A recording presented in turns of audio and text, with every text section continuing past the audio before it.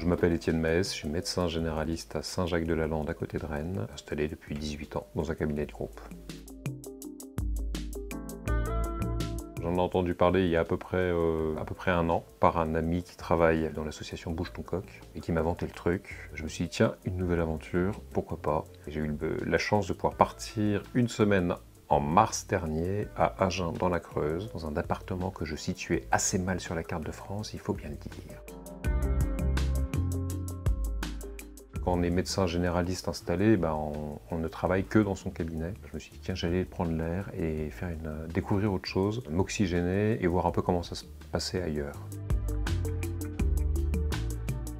Quand je me suis porté volontaire, on m'a posé des questions. Est-ce que, Étienne, tu as envie de faire des sutures? Est-ce que tu sais poser des stérilets? Et en fonction de mes compétences, je dis oui, ça je sais faire, ça je sais pas faire, ça je sais faire.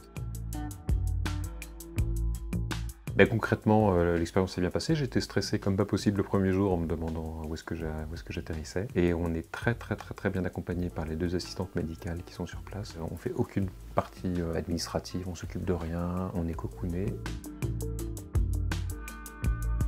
Chaque patient m'a apporté énormément parce qu'en fait ils sont très reconnaissants. Et donc on voit des sourires toute la journée, on a des merci toute la journée. Je me souviens d'une patiente qui prenait un traitement pour une hypertension artérielle, donc elle doit prendre son traitement tous les jours. Et elle n'avait pas de médecin traitant, et donc en fait elle essayait d'avoir des ordonnances de dépannage en allant dans les cabinets à droite à gauche. Et elle n'arrivait pas toujours à avoir des ordonnances de dépannage avant de s'inscrire dans le centre d'Agen. Et donc je lui demandais, mais comment est-ce que vous avez fait? Elle me disait, je m'arrangeais avec ma voisine. Ah, on fait des économies de santé comme ça. Une boîte pour 2. J'ai mis le doigt là sur les problèmes de désertification médicale. Ouais.